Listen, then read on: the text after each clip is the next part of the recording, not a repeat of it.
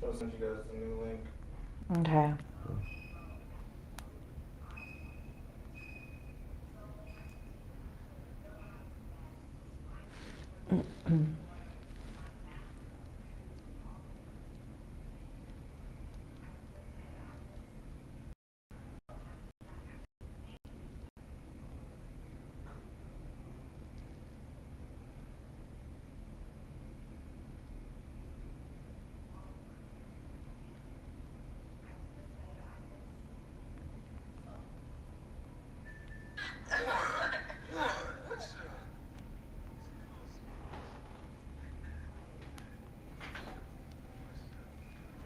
I gave you the mic, right? Me? Oh, you got one on. I have one. Can you guys speak real quick?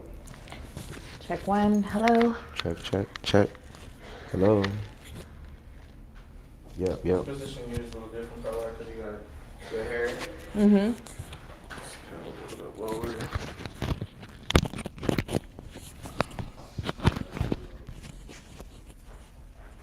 What's up?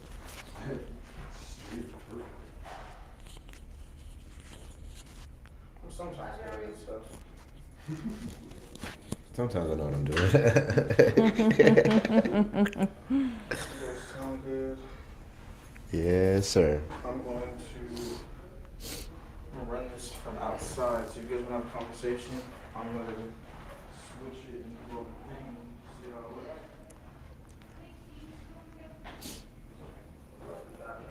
it looks. What is this called? Like it being bounced on the thing? Streamed. Streamed on the TV? Mm-hmm. Oh, is that what it is? Yeah. Okay. Or like casted, You streamed. guys look beautiful on TV. Oh, thank you. Oh, listen, Mary, let me check in with you. Okay, so Monique said, and she's probably going to tell you this, but just so that I know I had a conversation with you. So Monique said that there's that event for Mother's Day on Saturday. So I was hoping, is there going to be, are you going to be there or is there a staff assigned? I'm not going to be there, but there is a bunch of staff that's going to be there. Okay. So I need you guys to know. Can you ensure that we have Darlene maybe say something directly to the camera that we can use as a post for Mother's Day? Like a greeting for mothers? Okay. Because we do hope to use a snippet of maybe a soundbite from her speech, you know, but if we can't get something so good, if we could just have a staff member, you know, have her in front of the camera, just say, can you address the mothers of Skid Row, or just do like a general blanket statement for Mother's Day. For Mother's Day. So we can post that. Okay. Yeah. And then Mitch and them will film that, or do you just? I believe Mitch is going to, I'm not sure, I think Mitch is the one that's going to be filmed. Okay, so just have him record something real quick. Yeah. Okay. Cool. Thank you.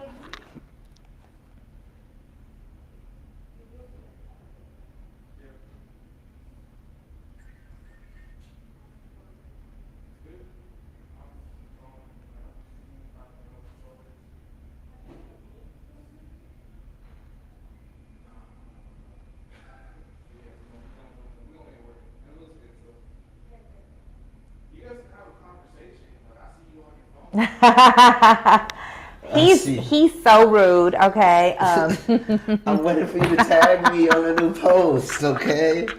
Trying to get my content up. Gosh, yeah. Okay, everybody better step up their content. Okay, guys. Hey, we are here to boost the content. We are here to boost the morale and the content, Absolutely. and to spread love the mission way to you, to us, to everyone involved. Okay, so today is our first test run of the podcast, the Los Angeles Mission podcast. And also this is going to be our backdrop of our monthly talks with Troy. So today I have the great pleasure of welcoming Austin, AKA. What do we want the AKA to be, okay? Man, Ace at the Mission is the AKA. Like, that's my new alias. So, Ace at the Mission. Ace Okay. at the Mission. Okay, Ace at the Mission. So tell us a little bit about, you know, your journey onto becoming a member of the social media team. What is it that you do? Just give us a brief kind of overview of who you are. Okay, well, I'm Austin Autry, aka Ace Lee. You know, I'm a fashion icon, entertainer as well. Love that. And I linked up with the people of the LA Mission to help with the branding and spreading the awareness of the mission. Okay. And I feel like that's my niche, with just helping to link and guide people to the mission that aren't as aware about it, and just pretty much just spread it out to the people and let them know how they can help and volunteer and bring more awareness to the community that way. That's cool. And so then do people like that you deal with like in the fashion industry and in the music industry, like are they aware that you do this kind of work too, or like this is a sort of new thing that you're bridging the gaps of the industries? So now that I am more integrated in the system and the everyday of the LA mission, I'm spreading it wherever I go now. Like if I'm in studios or if I'm around executives and people, I'm letting them know, like I've actually put it into my bio, which is like my personal bio online.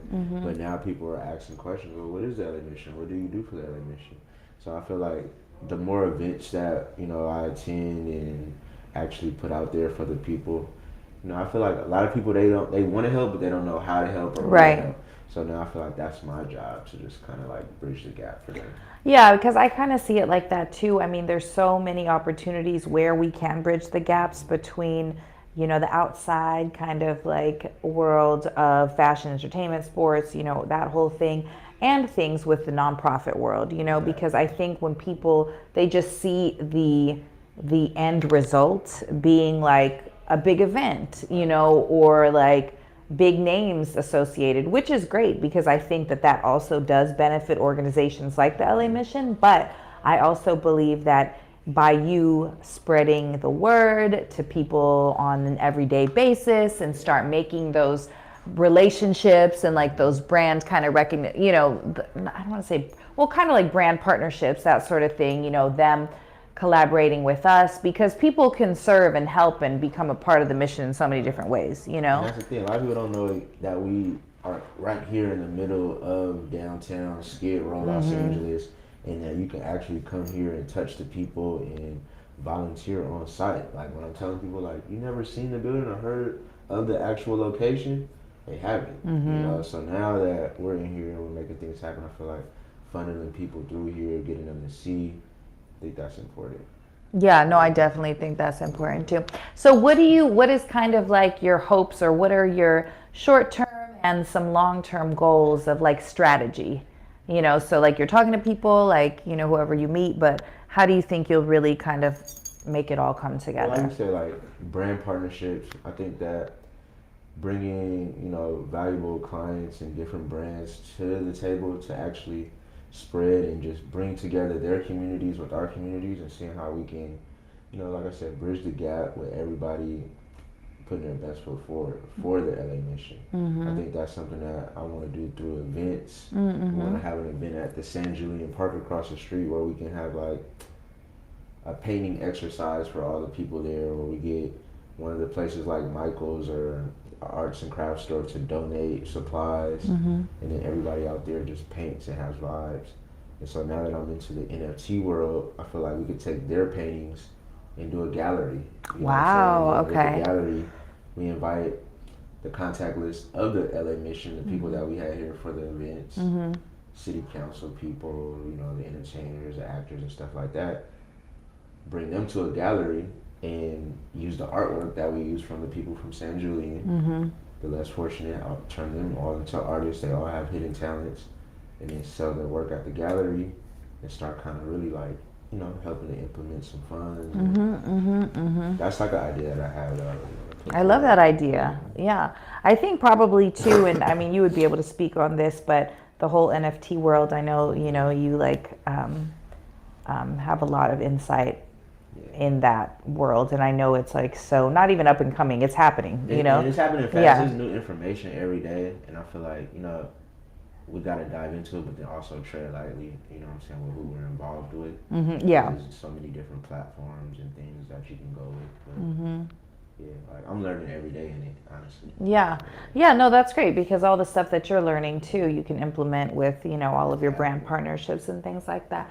Well, that's cool. And so on a daily basis, just in terms of your day-to-day efforts and like, are you in the studio, or like, tell me a little bit about like Ace at the mission's mission. I'm a 24/7 creative. Like, okay. I literally wake up, and if I'm not writing some music, I'm probably designing some clothes or drawing an NFT on my phone or my iPad. and then also working on plans for the LA mission, connecting, making phone calls with certain individuals and influencers to set up for our podcast interviews and different things like that. But I pretty much stay in a creative mode 24/7.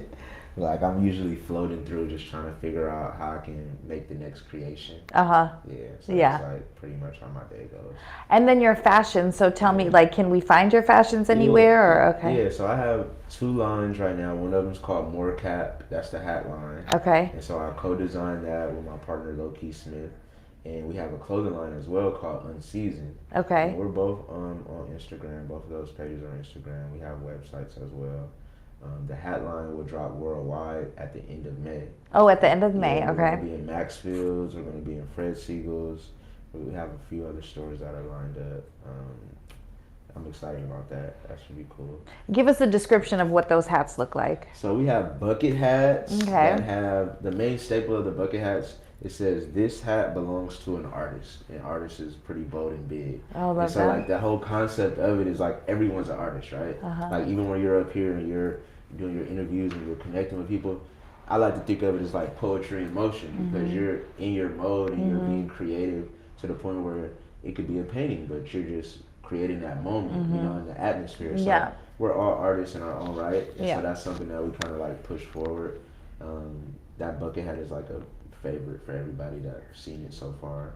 And then just the other structures of the hats, we have trucker hats, and each city pretty much just has its different aesthetic for it. So like the LA hats, we have a Tupac quote on it. Oh, Or nice. another Love color that. LA hat, we have a Nipsey quote on it. Uh-huh. The New York hats, we have a Biggie quote on it. So we're just kind of trying to tie the entertainment with the fashion, so Yes. everything coincides. We want to just make it all blend. So that's the concepts behind the hats, More Cap. Okay, cool. And then, then the hoodies or the Yeah, and sweatshirts. the sweatshirts, that's called Unseasoned. And so we started that brand in 2016. And we created it in my friend's backyard. We started off making similar shirts like you have on right now, but like the rock t-shirts, remember those were very popular? Yeah. We were cutting them and bleaching them and spray painting them. And then we took those to Melrose, and then a store bought us out. We ended up doing 500 shirts for them. Wow. We sold them all to the store so Wow. they can sell them. And then we got contracted to work for a denim company. Okay. And so with the denim company, I was just freelancing, doing a lot of work with them for their designs. They put out a collection, they paid us cool, and then we went to start the hats. So we still have yes. both of them, but Uh-huh. like we got outsourced to work for somebody else. Yeah. And then we kind of put our stuff on the back burner a little bit, and then we got some funds, and it was like, you know what, our next thing is the hats. Uh-huh. And then we'll come back with the hoodies, and we want to start doing denim jeans and stuff like that. Oh, I love that. Yeah, that's so popular. Yeah. But I also think that that's like super innovative too, because that's how we have to work as artists too. It's like you have to sometimes, do something to fund something else so that you can fund something else to fund a bigger dream, And coming up, I honestly was opposed to it. I'm like, why would I just go over there and start giving them all my designs? But it's like, no, you're getting hired to work and, you know what I'm saying, really go ahead and implement. And they don't have designers that are coming up with this stuff. So they want to use the brain power and, the manpower, and we go ahead and jump on it. And I think it was a great opportunity because I got to learn how to scale different things on that side of the business as well. And so working with somebody else who already had an established business rapport, it's like, okay, now I can see how this kind of runs. Yeah, you can kind of see how their business model is, because that's the thing too. It's like there really isn't, and we know this as creators too, there really isn't, there are new things, but a lot of things have been done before and they're just new and improved. They're remixes and, what was my other word that I liked the other day? Oh yeah, I think it was remix. Remix it. You got to remix. The remix, yeah. So I feel like that's just how it is. You know what I mean? Because even too, just seeing things come back again, and I'm like, oh, I remember this from back in the day or whatever. Trends go in a cycle, and I'm really starting to realize that now. So it's like, okay, the vintage stuff is very popular. A lot of people are doing vintage shopping and flea market shopping and stuff, and remix. It's like the younger crowd though, like they're all into that now heavily, and I'm like, okay, this is a cycle of things that just to come. Well, it's so funny because I have always been a thrifter, like and vintage shopper and stuff like that, and I remember since like middle school, and kids at my school, they would be like, why do you have like a safety pin holding your pants? Or why do you have this? And I'm like, oh, secondhand, whatever. But I always loved that. That was like more of my vibe, you know? And so now that it's so like inundated, you know what I mean? It's like you can really see the difference of things that are, you know, real vintage or like fake looking vintage, you know? And now I find myself teaching my teenage son because he's like, oh, this is cool. And I'm like, boy, we've been had that. You know? We had that. Yeah, exactly. Like you could make this, you know? Yeah. So that's great. What else do you have coming up? Coming up, well, we spoke on NFTs briefly, yes. So I'll get back to that. I am currently partnering with a cryptocurrency called Solana. Okay. And Solana is like one of the top 5 cryptos. And so pretty much they have this new technology to help artists mint their NFTs faster than anybody else right now. And so what making an NFT means is just putting your art on a blockchain. Okay. So like, let's just say, for instance, this cactus is art, but it's not an NFT until I mint it. And when I mint it, I put it on a blockchain, and now the blockchain recognizes where it comes from. Okay, hold on, let me stop you. Mint, M-I-N-T? Okay, and that means like... That means to put your art or whatever you put onto the blockchain. Okay. And the blockchain allows you to sell it or to, you know, put it out into the metaverse. If you want to put it on a marketplace, if somebody wants to buy it, like say I mint this and now you want to buy it, you have to buy it through the marketplace. Okay. You know? And then how do you get to the marketplace? You go online. Yeah, you can just go online. You can go on any website. It just depends which marketplace you're using. Okay, so if I go online and I see a piece of artwork that you made, okay, that's there, and I decide to purchase it. So is it mine in the metaverse? I mean, I own it, but like I don't hold it in my hands, you right? You don't hold it in your hands, not tangible, but you get something called a crypto wallet, and you hold it in your crypto wallet. And at that point, you're the owner, so you could play it at your house, you could play it for your friends, you could use it at your discretion once you do have it and you own it. And a lot of people, they put them on their projector screens at home, and that's like the whole thing. We're supposed to be in the future very soon with this metaverse stuff. So the whole point of NFTs is, say Pilar, you have a party, right? But we're not coming over physically. We're coming over in the metaverse. We all have Oculuses on and we're looking at it, and we come to your beautiful house in the metaverse, and now you have all these paintings hanging up that you bought as NFTs, and now you can just hang them up in your house, and that's kind of like where they're going with it. Gosh, I mean, it's so crazy to wrap my head around it. I know. I mean, I just feel like, well, definitely, I think that COVID and everybody staying home, you know, has definitely made people, yes. Like, okay, they were already working towards that, and then now they're like, see, you guys might not even be able to come out the house. Yeah. It almost kind of reminds me of Black Mirror. Do you watch that? I've seen every episode of Black Me Mirror. too. So you already know what episode. I'm like, wait.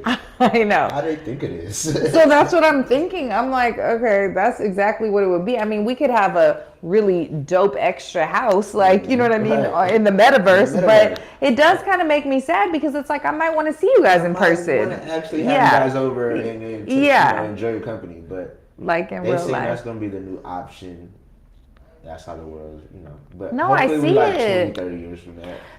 The other thing too, and maybe you can help me explain this, and you know, people like listening and watching, this is what I don't understand, is the money transfer. So it's like now that people, or for example, OBJ was like, pay me in Bitcoin, right? So where does that go? So look, Bitcoin, it's all money. It's just relative. Bitcoin is a coin, right? But one Bitcoin, I don't know exactly how much it's worth, but let's just say it's worth $25,000 a Bitcoin. This is one Bitcoin. But in U.S. currency, this is $25,000. You know, so he's saying pay me in Bitcoin. So one Bitcoin is $25,000. Whatever his contract is, they got to pay him out in maybe 20, 30 Bitcoin to average or whatever his $1 million contract is. But he could take those Bitcoin, and what they do is they appreciate over time. If you don't spend it, the longer you hold on to it, the more the market goes up. Potentially Bitcoin could double, triple, and then now that Bitcoin that he got that was 10 million is 30 million because he didn't sell it or he just let it sit in his wallet. And so that's the whole thing with crypto. I feel like it's about the appreciation of it. You know, sitting on it, investing in it, and then watching it bubble up and just double up over time. And so that's why he's like, everybody's kind of like moving towards that, because they're like, the crypto world is moving so fast, and any of these coins could be popping next. Like Bitcoin has been the top standing coin for the longest, but like it's so many other coins that are working behind the scenes to have new technology, do new marketing to kind of build up. Like the next biggest one, I don't know if you heard of it, is called Ethereum. Oh, I have heard of that. Yeah. So Ethereum is the number 2 coin. Oh, okay. And they're about $3,000 a coin right now. Okay. You know, and like a lot of people buy NFTs with Ethereum because they were most popular with it first. Oh. And you know, Ethereum is dope, but then it's like also when you start doing the research, they have a lot of problems with the network and with the system because they moved so fast and they started booming. So now that other people have learned about that, they're trying to figure out ways to make the systems run faster. And it's a lot of competition out there. Interesting. Yeah, there's so much. Well, because I noticed people are also, and I'm sure the LA Mission will move into this in taking donations via Bitcoin or via crypto. Because the church that I attend, they also now, I mean, online church, it's always like part of like tithing. You can do your offering in your wallet. See, it's the future for sure. Right. Like now, everybody's integrating it, and you know, for a reason, like a lot of people don't like to use banks. You know, the banks, especially right now. You know, if you want to go get $100,000 out the bank, you might have some problems. Right. So in the crypto world, they're moving millions of dollars at a time, and in most cases, once you have your system right, you can transfer your money and you can get your money and access your money pretty quick. You know, so that's why a lot of people are liking it. But then it's also not as many regulations. Like let's just say, for instance, someone gets your wallet address and you have money in your address and now it's gone. Somebody hacked your wallet. You can't call anybody for that. Right. Yeah. There's no accountability. Yeah. It's just, I just lost $2 million on my wallet. Somebody hacked my wallet and now it's gone, and that's what we're dealing with. I think the thing for me too, and I know it'll probably be more extensive than just our conversation, is just, I guess because people understand that this is the future and there's so much potential and that this is actual money. Like, I guess for me, I wonder, but what if something happens and then it like crashes, or, you know what I mean? Then it's almost kind of like, well, darn, I have like all my money, you know, cooped up in this. Or for example, like day to day, because I do know a lot of people that are in the business, and not a lot, but a few that are in this. And I'm like, yeah, okay, you might have this money, but like, how does that transfer to like regular everyday life? You know what I mean? As far as right now. No, and I know people who go back and forth. They like literally have most of their money in crypto, and before they go to eat dinner, they have to go on the computer and transfer some money to their regular account because their money's in crypto so much that they don't even have money to take the Uber and get dinner. Oh, interesting. So they literally have to sit on the computer and do a 5-minute transaction to where, let me send this crypto to my Cash App or to my bank account. Oh, interesting. You know, okay, so it does transfer like that. You can transfer just like that. You can do an instant transfer. You know what I'm saying? I believe the total weekly is like $20,000. Oh, okay, not bad. Send to your account. Wow. Yeah. Okay, so there's so many things. There's so many things that we can talk about. It's a lot of things. Anything else we want to bring up before we wrap it up? I'm just excited about what we're about to do here. Honestly, I love our energy. I love the fact that, you know, you're taking the reins on and just like guiding us in the right direction, because like right now we have a lot of potential, and I feel like if we execute it, we can like the sky's the limit and be honest. So. No, I agree. Thank you for that. Yeah. I definitely feel like that too. I feel like we have the right platform. We have the right tools, you know, we just have to work towards doing it. And I'm happy that, you know, Michelle has entrusted me to be able to lead you guys and to be doing it too, because it's everything that we all love to do, you know? So it's really a great opportunity for us to be able to share our gifts and to really kind of move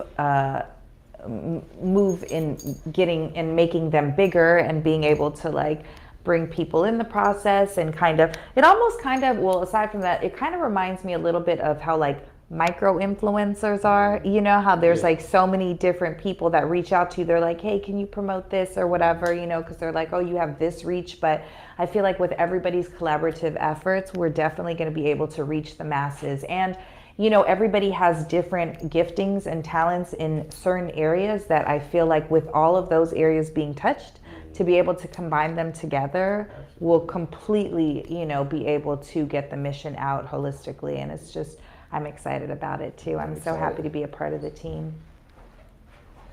And there's Mitch. And that's it. Thanks, And guys. that's a wrap. And that's a wrap. But let's see, how long were we talking for? 10 minutes? Like, because that's the other thing too, is that, you know, time. It be feeling Have you fast, and ever then you be tried? like, Yeah. That's great. And then it's like 5 minutes, and then it feels like you was talking for 20. About 20. It's been streaming for 25 minutes. Oh, okay, so not bad. So even if we started a 30-minute podcast, you know what I'm saying? Because I mean, you know, people could go on and on and on, and I'm like, oh my God, you know. So in being able to